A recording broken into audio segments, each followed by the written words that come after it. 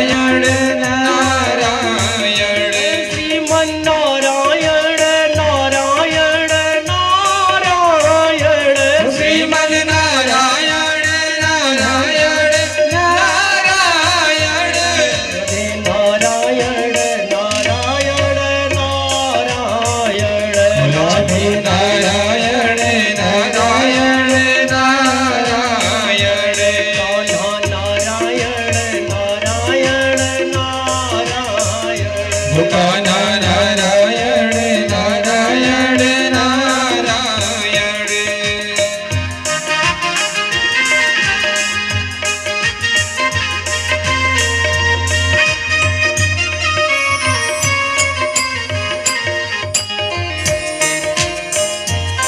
हरि बोल राधे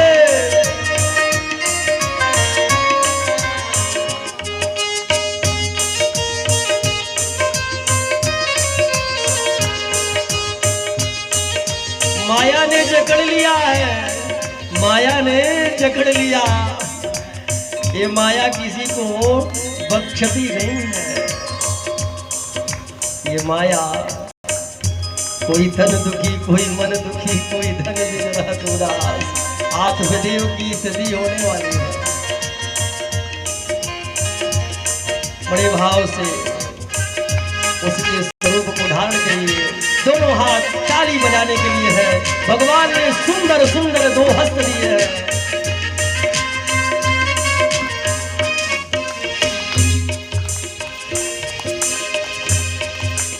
एक बात और है, कोई गा नहीं रहा है, संकीर्तन कोई कर नहीं रहा है। श्रीमन नारायण नारायण नारायण श्रीमन नारायण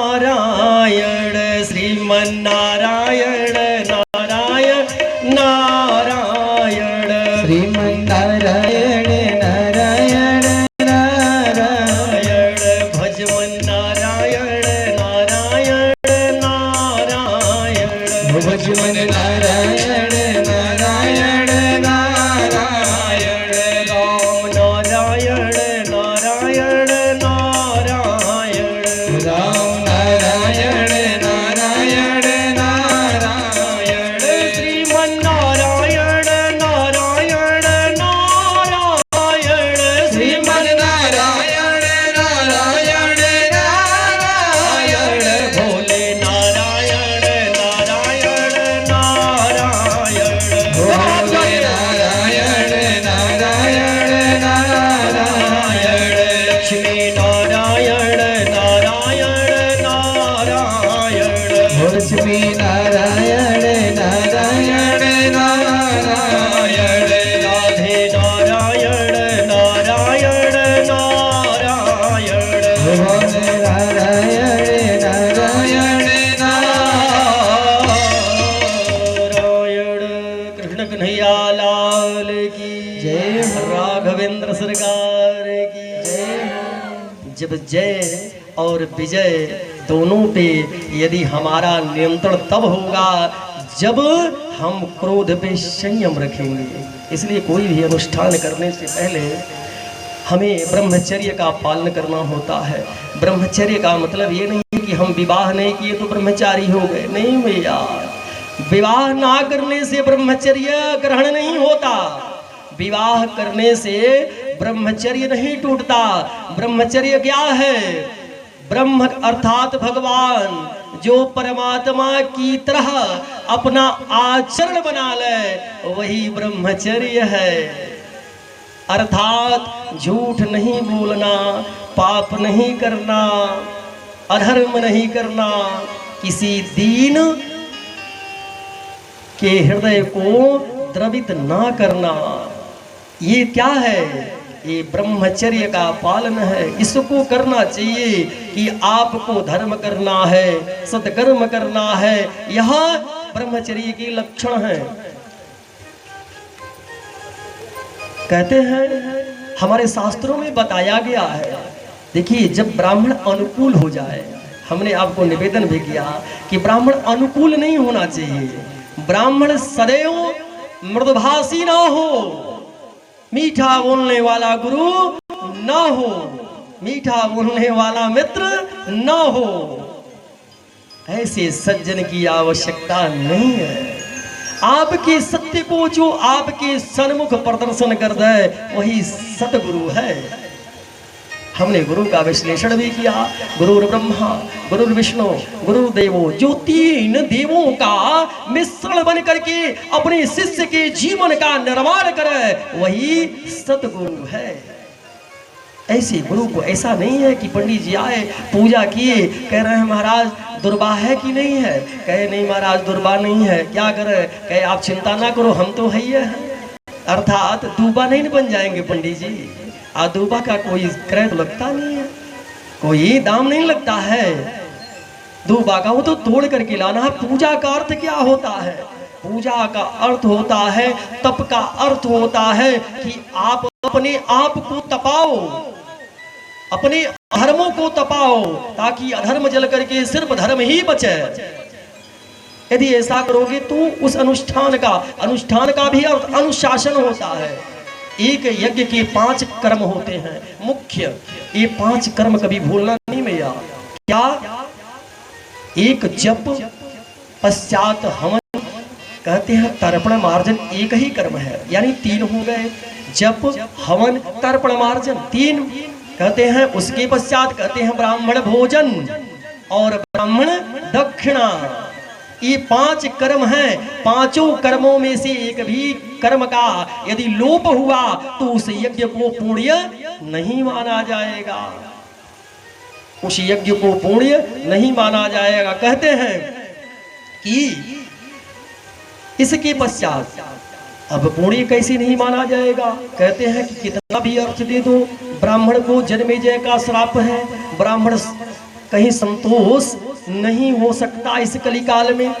अगर आप लाखों दे दो, करोड़ों दे दो, फिर भी कहेगा 100 रुपए और मिल जाते तो पेट्रोल का हो जाता, यानी संतुष्टि नहीं है। आशायाम परमम दुखम निराशायाम परमम सुखम। यदि आपने संसार से आशा लगा लिया है तो इस संसार में सिर्फ दुख ही दुख प्राप्त होगा। यदि आप निराशाजनक हैं, निराशा से हैं कि जो मिलेगा उसे पालेंगे, तो समझिए कि आप सुखी हैं, सुख को प्राप्त करेंगे। आशायाम परमम दुखम निराशायाम परमम सुखम। ब्राह्मण को कितना भी आप दे देंगे, कहते हैं राजा असंतोषी होना चाहिए, परंतु ब्राह्मण को संतोषी होना चाहिए। एक कलिकाल है, यहाँ वो संभव नहीं है। इसलिए 5 कर्म बनाए गए, जप हवन तर्पण मार्जन ब्राह्मण भोजन और ब्राह्मण दक्षिणा। अर्थात दक्षिणा से जब संतुष्टि नहीं होगी तो यज्ञ पूर्ण होगी नहीं होगी। इसके लिए एक कर्म क्या है? भोजन कराना। यदि आपने ब्राह्मण को भोजन करा के संतुष्ट कर दिया तो समझिए कि आपकी यज्ञ पूर्ण है। अर्थात कैसे? एक मन में प्रश्न उठता है, कैसे? कहते हैं कि ब्राह्मण अगर 2 करपट्टिका अर्थात रोटी पाने वाला है तो तीसरी नहीं पाएगा। आपने भाव प्रदर्शन कर दिया तो 3 ले लेगा, 4 ले लेगा, परंतु 5वीं नहीं ले सकता, हाथ उठा देगा। सियावर रामचंद्र की है। तो वही आपकी यज्ञ पूर्ण हो जाती है। जैसे हाथ उठाया अस्तु परिपूर्ण, वैसे ही आपकी यज्ञ पूर्ण मानी जाती है। इसलिए ब्राह्मण भोजन परम आवश्यक है। आज के दिवस में वो विलुप्त होता जा रहा है। जैसे हम लाखों खर्च कर लेते हैं परंतु एक ब्राह्मण का भोजन नहीं करा पाते विवाह में। आप तमाम व्यवस्थाओं को करते हैं परंतु ब्राह्मण आता है तो क्या करते हैं? पौष का महीना है, माघ का महीना है और बड़ा बेचैनी होगी, बड़ा लालायित होंगे तो कहेंगे महाराज चलिए दही चूरा खा लीजिए। अर्थात जो आप पाए हैं वो भी ले जाकर के किसी वैद्य को दे के आइए, किसी डॉक्टर को दे दीजिए। नहीं, ऐसा नहीं होना चाहिए। मात्र 200 रुपए 2 लाख में से और खर्च कर दो किसी कन्या के द्वारा। अगर ब्राह्मण है तो भोजन नहीं करेगा, अशुद्धि है तो भोजन नहीं करेगा, इसलिए ब्राह्मण भोजन परम आवश्यक है। इसलिए दाम्पत्य जीवन इतना बिगड़ा हुआ है मैया। हम एक बार गए काशी भदैनी में, तो भदैनी में हमने देखा कि लाखों की संख्या में औरतें जो हैं वहाँ विराजमान हैं वहाँ पे। किस लिए? लोलारक कुंड में स्नान के लिए, क्योंकि उनके पास कोई पुत्र नहीं है। अश्रु आ जाते हैं देख करके उन माताओं को। तो कारण क्या है? उसके माता पिता उसके दोषी हैं। जब ब्राह्मण कहते हैं, हमारा समाज कहता है, हमारा सनातन कहता है, हमारे पूर्वज कहते थे कि दरवाजे पे यदि ब्राह्मण आ जाए, दरवाजे पे यदि कोई संत आ जाए, कोई फकीर आ जाए, कोई दीन दुखी आ जाए, तो उसको भोजन अवश्य कराओ, भिक्षाटन अवश्य दो। और यहाँ इतना बड़ा यज्ञ कराने के लिए हमारे कन्या का विवाह कराने वाला ब्राह्मण बिना भोजन का जा रहा है, तो वह दाम्पत्य जीवन सुखमय रहेगा? नहीं हो सकता, नहीं हो सकता। और उसके पश्चात क्या करते हैं? 7 ब्राह्मणों को बुला करके महामृत्युंजय कराएंगे, सतचंडी कराएंगे, हरिवंश महापुराण की कथा होगी, लाखों खर्च होगा, और आप भगवान की तरह उनका पूजन करेंगे। वही ब्राह्मण है जो विवाह में आपने उसका सम्मान नहीं किया। तो गया क्या? धन भी गया, मन भी गया, और आपका जो क्षण है वो भी चला गया। कहते हैं क्षण और कण ये दोनों का सम्मान करना सीखो, क्योंकि एक बार यदि ये विदृढ़ हो गए तो अगर कण विदृढ़ हुआ तो भूखा रहना पड़ेगा, और क्षण चला गया तो फिर वापस नहीं आने वाला। तो अपने आप को सुसज्जित करो, ताकि हमको अपने जीवन में जो भी सत्कर्म करना है तो हमारी एक संकल्प और निष्ठा बने कि हाँ हमको करना है। हम छोटा ही करें, हमको आडंबर करने की आवश्यकता नहीं है। आडंबर करने की कोई आवश्यकता नहीं है। हमने आपको बताया भी कि स्वतः सुखाय, जो आपको सुख मिले, जिस प्रकार से परमात्मा का चिंतन करने से आपके हृदय को प्रसन्नता मिले, वह कार्य करो, किसी के मन की ना सुनो। कहते हैं भागवत में एक कथा आती है मैया, कहते हैं कि एक संत सरोवर में स्नान कर रहे थे। सरोवर में संत महाराज स्नान कर रहे थे। उस जल की जो धारा थी इतनी तीव्र थी, उसी पे एक बिच्छू एक तिनके के सहारे उस तिनके पे चढ़ने का प्रयास कर रहा है, परंतु वह बार बार उस प्रयास में विफल हो जाता है और डूबना प्रारंभ कर देता है। जब डूबने लगता है तो क्या करता है?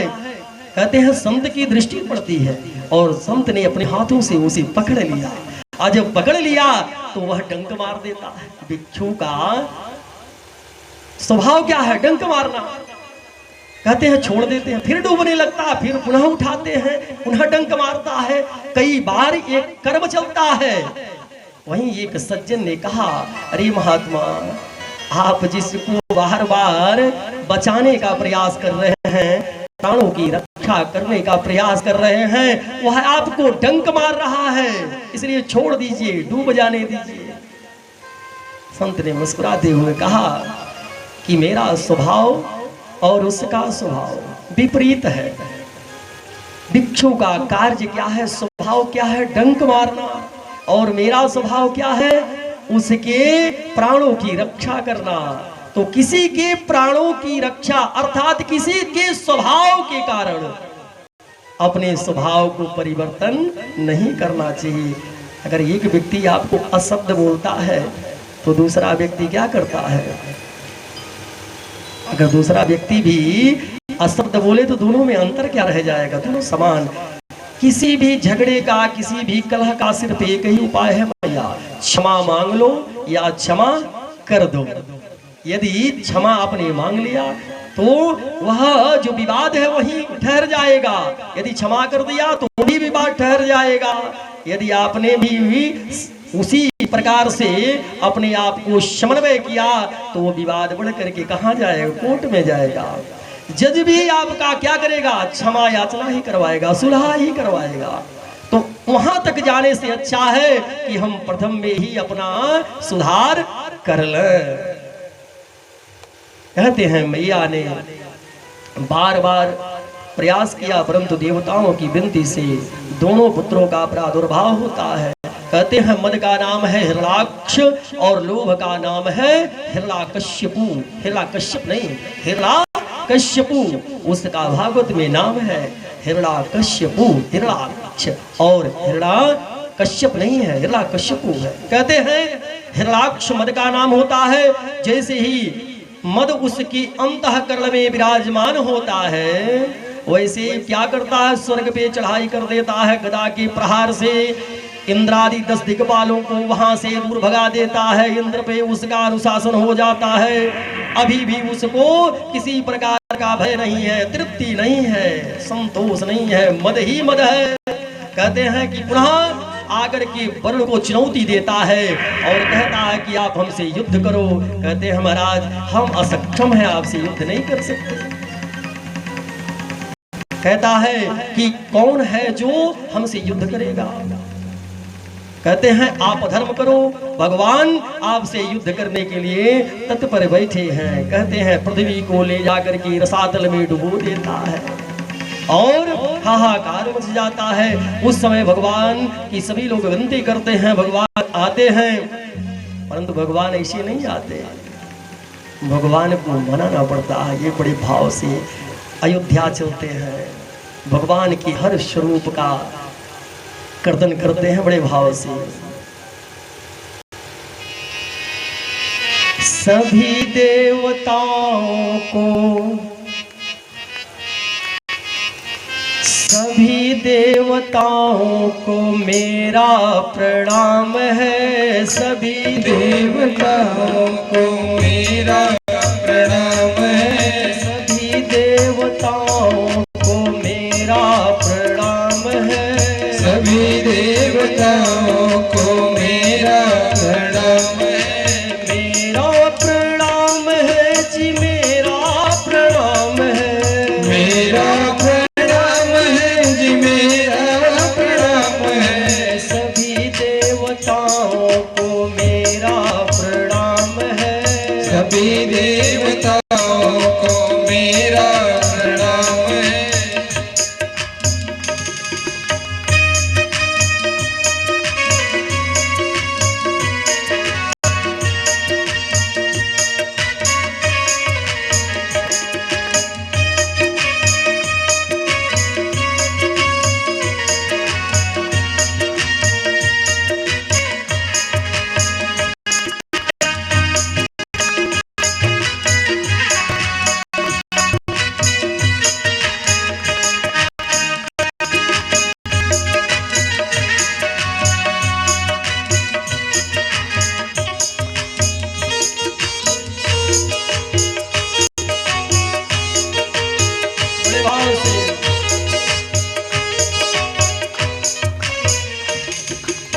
कहते हैं धरा को जब डुबो देता है पाताल में, सभी लोग भगवान का अनुनय विनय करते हैं। उस समय 12 अवतार होता है भगवान का, सूकर का अवतार होता है और भगवान के साथ घनघोर युद्ध होता है। भगवान ने एक मुष्टिका के प्रहार से हिरणाक्ष का वध कर दिया। सभी लोग भगवान की स्तुति करते हैं, देवता आकर के निवेदन करते हैं। राम जी का नाम है, अयोध्या उनका धाम है। राम जिनका नाम है, अयोध्या उनका धाम है। राम जिनका नाम है, अयोध्या उनका धाम है। राम जिनका नाम है, अयोध्या उनका धाम है। ऐसे धनुर्धारी को, ऐसे धनुर्धारी को मेरा प्रणाम है। ऐसे धनुर्धारी मेरा प्रणाम है।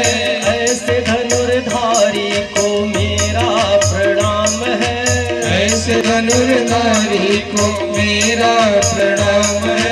मेरा प्रणाम है जी, मेरा प्रणाम है। मेरा प्रणाम है जी, मेरा प्रणाम है। सभी देवताओं को मेरा प्रणाम है। सभी देवताओं को मेरा प्रणाम है।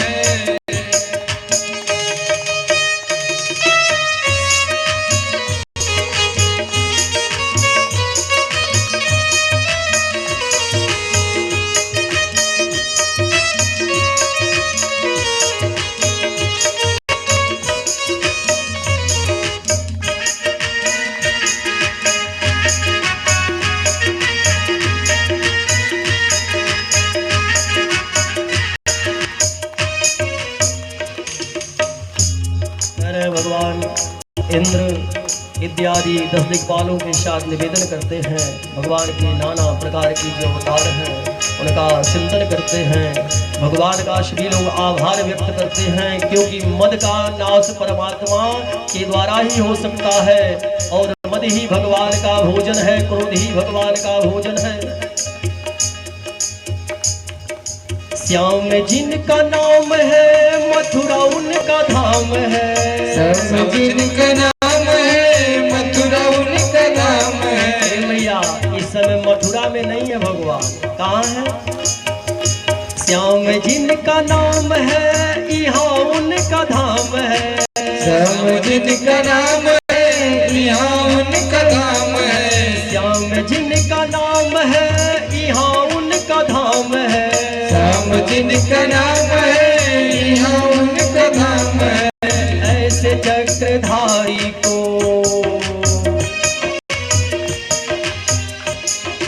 ऐसे मुरली वाले को मेरा प्रणाम है।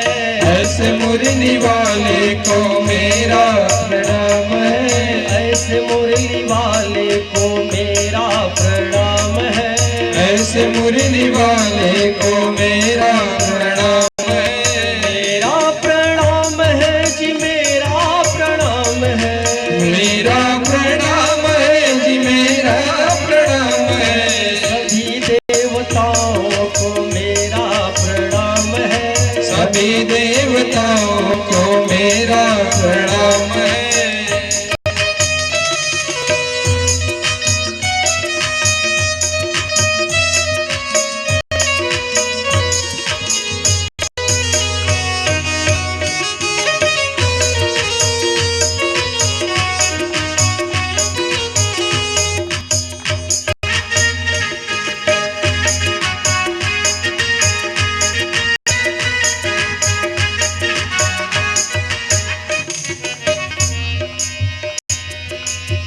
कहते हैं भगवान के साथ साथ शक्ति का भी लोग ध्यान करते हैं। काली जिनका नाम है, यहाँ उनका धाम है। काली जिनका नाम है, यहाँ उनका धाम है। राधे जिनका नाम है, यहाँ उनका धाम है। राधे जिनका नाम है, यहाँ उनका धाम है। ऐसे भद्रकाली को, ऐसे भद्रकाली को मेरा प्रणाम है। ऐसे भद्रकाली को मेरा प्रणाम है। ऐसे भद्रकाली को मेरा प्रणाम है। ऐसे भद्रकाली को मेरा प्रणाम है। मेरा प्रणाम है जी, मेरा प्रणाम है। मेरा प्रणाम है जी, मेरा प्रणाम है। सभी देवताओं को मेरा प्रणाम है। सभी देवताओं को मेरा प्रणाम है। काली सेवा का बहुत भाव से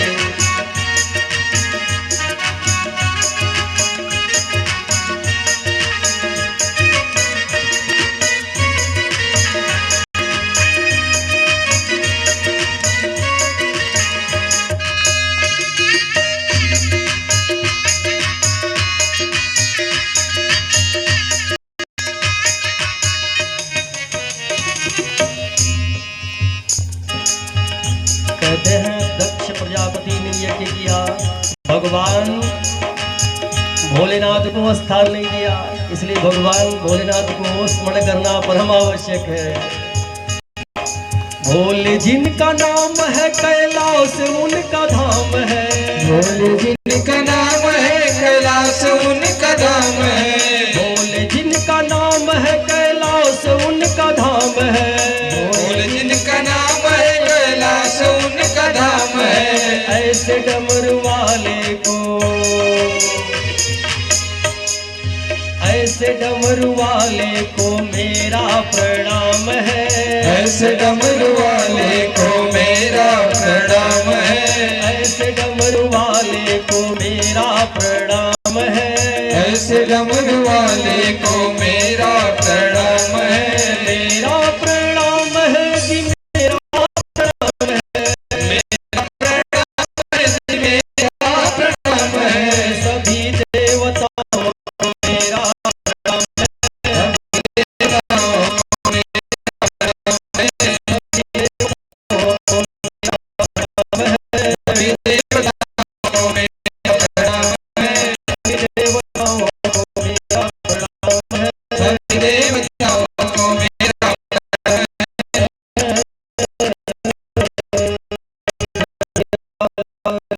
जय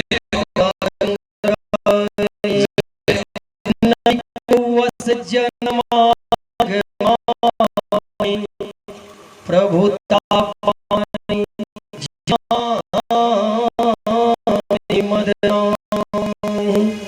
संसार में जो आया है ऐसा कोई नहीं है जिसको मद ना आ जाए। देवताओं को भी मद आ जाता आती है कि दक्ष प्रजापति को मद आ गया मद किसका? अपने स्थान का, अर्थात यह जो आपका स्थान है यह सदा रहने वाला नहीं है, आज है और कल किसी और का होगा। प्रधान कोई बनता है, मुखिया कोई बनता है तो सदा के लिए मुखिया प्रधान नहीं है, आज है कल चुनाव हार जाएगा। सरकार किसकी नहीं करती है? जो जगत पिता है, जो जगतपति है। एक स्त्री के कितने पति होते हैं? एक स्त्री के कितने पति होते हैं? कहते हैं अनेकों पति होते हैं। पति का अर्थ होते नहीं है कि जिससे मेरा विवाह हो गया वही मेरा पति है, नहीं भैया। पहला पति कौन होता है? कहते हैं एक कन्या का पति उसका पिता होता है, जो उसका संचय करता है, उसे पाल पोष करके बड़ा करता है। दूसरा पति उसका भाई होता है, जो समाज और संसार के दोषों से उसे मुक्त करता है। कहते हैं तीसरा पति कौन है? कहते हैं तीसरा पति ब्राह्मण होता है, जो उसका विवाह कर्म कराता है और उसे एक और पति प्राप्त करवाता है, जिसके साथ उसका विवाह होता है, उसके जीवन का निर्वहन करने के लिए और जीवन पर्यंत उसके साथ चलने के लिए। कहते हैं इसके बाद कौन पति है? कहते हैं उसका भी पति है, जो जगतपति है और वह लक्ष्मी नारायण भगवान है, वही सबके पति है। और वो जो हैं और उनके सन्मुख जो है वह ना तो मद में आ सकता है ना ही अभिमान में आ सकता है, परंतु उसके सन्मुख होना परम आवश्यक है। कहते हैं मद मनुष्यों में नहीं देवताओं में, अपितु देवताओं में भी था, गंधर्वों में भी था। मद आ गया दक्ष प्रजापति को। सुखदेव जी महाराज कहते हैं कि मद आने का कारण ये तो नहीं कि अपने कन्या का या अपने दामाद का स्थान ना दिया जाए, जिसके कारण कन्या आत्मदाह कर ले, ऐसा भी मद होना ठीक नहीं है। कहते हैं ये कथा मुझे श्रवण कराइए, किस कारण दक्ष प्रजापति और भगवान भोलेनाथ के बीच में जो द्वेष था वो किस कारण था मैया? कहते हैं उसका कारण था कि एक बार प्रयागराज में ब्रह्मसत्र हुआ, सप्तऋषियों के साथ त्रिदेव भी वहां एकत्रित हुए। ब्रह्मा विष्णु महेश इंद्र दिग्पाल सप्तऋषि के साथ सब देवता एकत्रित हुए। उस ब्रह्मसत्र में कहते हैं उस ब्रह्मसत्र का जो अध्यक्ष था वो कौन था? दक्ष प्रजापति। कहते हैं कि हमने बताया कि स्थान का पाना, इसका मतलब नहीं कि वो स्थान आपका जाएगा, नहीं, आज नहीं तो कल चला जाएगा, इसलिए उस पे मद मना करो। कहते हैं कि उस समय उनको मद आ गया। किस प्रकार? कहते हैं जब सत्र कक्ष में प्रविष्ट होते हैं तो सभी लोग, अध्यक्ष जब आता है तो सभी लोग खड़े होकर के अभिवादन करते हैं, परंतु भगवान भोलेनाथ उस समय राम नाम संकीर्तन में थे, क्योंकि भगवान भोलेनाथ परम वैष्णव भगवान का आराधना करते हैं, भगवान की आराधना रहा है। पिता जब हमें बताएगा कि क्या है, अर्थात राम का अर्थ क्या होता है? राम का अर्थ होता है भगवान, का होता है गृह, जो भगवान का गृह है वही रामायण है। कहते हैं कि यह बताने वाला कौन है? या तो पिता होगा या तो आपका कोई अभिभावक होगा। घर में रामचरितमानस पढ़ा हुआ है लेकिन उसका अध्ययन करने वाला कोई नहीं है। सभी लोग इस बातों को रटते हैं और कहते हैं कि फला ने कह दिया, उसने ऐसा कह दिया, उसने ऐसा कर दिया, इसलिए भगवान नहीं। आप एक बार रामचरितमानस को पढ़ो, क्योंकि गीता को प्राप्त करना, गीता से अपनी आत्मा का बोध करना सरल नहीं है, क्योंकि आंखों को जाना सरल नहीं है, अपने समझना सरल नहीं है। आपके पास हो गई है,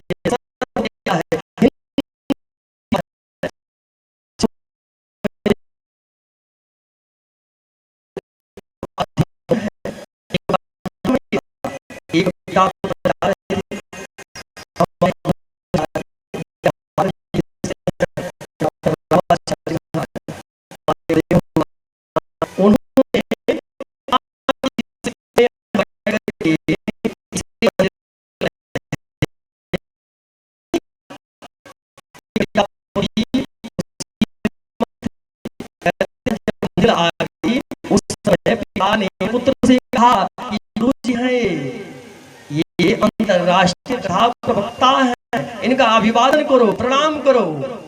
उसने नहीं किया। कहते हैं उस पिता ने क्या किया? कहते हैं तुरंत उसके सर पे अपने हाथों से प्रहार कर दिया।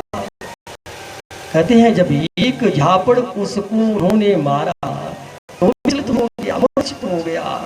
तो गुरुदेव भगवान हंसने लगे, कहे अरे महाराज आप क्यों उसको मार रहे हैं? उन्होंने कहा इसलिए क्योंकि हम तभी से कह रहे हैं कि यह गुरुदेव हैं, हमारे सदगुरुदेव भगवान हैं, इनको प्रणाम करो, नमन बंदन करो।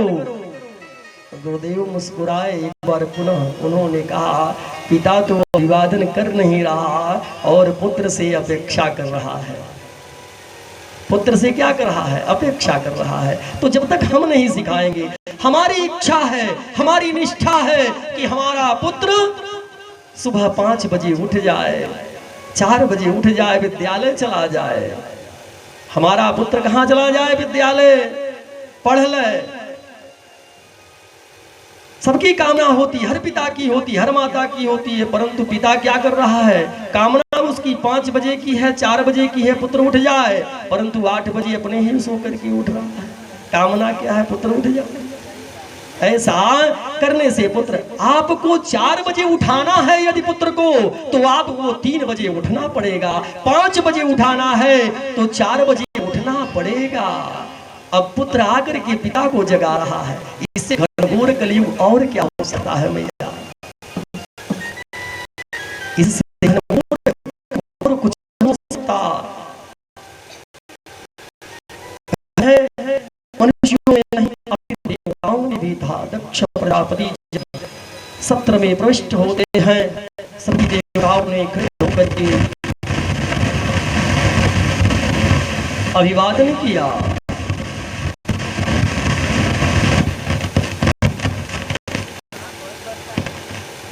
सभी देवताओं ने जब अभिवादन किया, उस समय भोलेनाथ भगवान की गर्दन में लीन थे।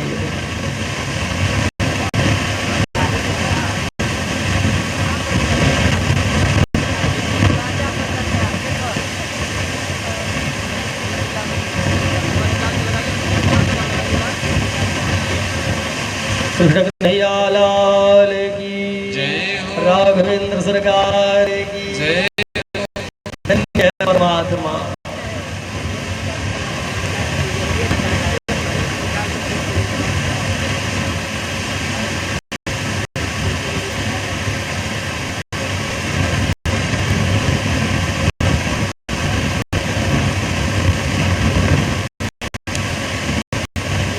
जब आप धर्म करते हैं तो यही माया है जो आपको धर्म करने से रोकती है।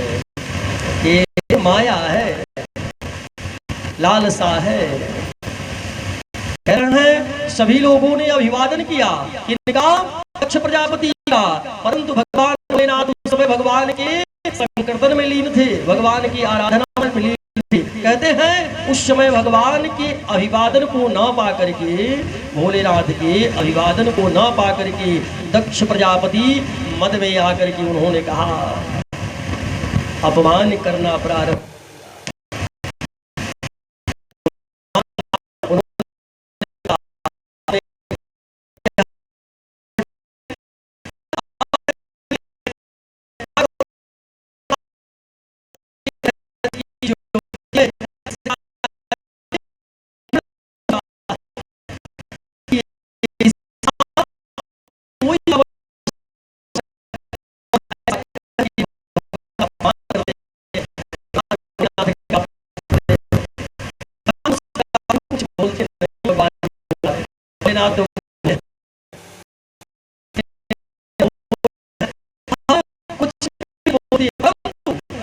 भगवान के जो भक्त हैं, भगवान की जो भक्त है वह क्रोधित हो उठते हैं।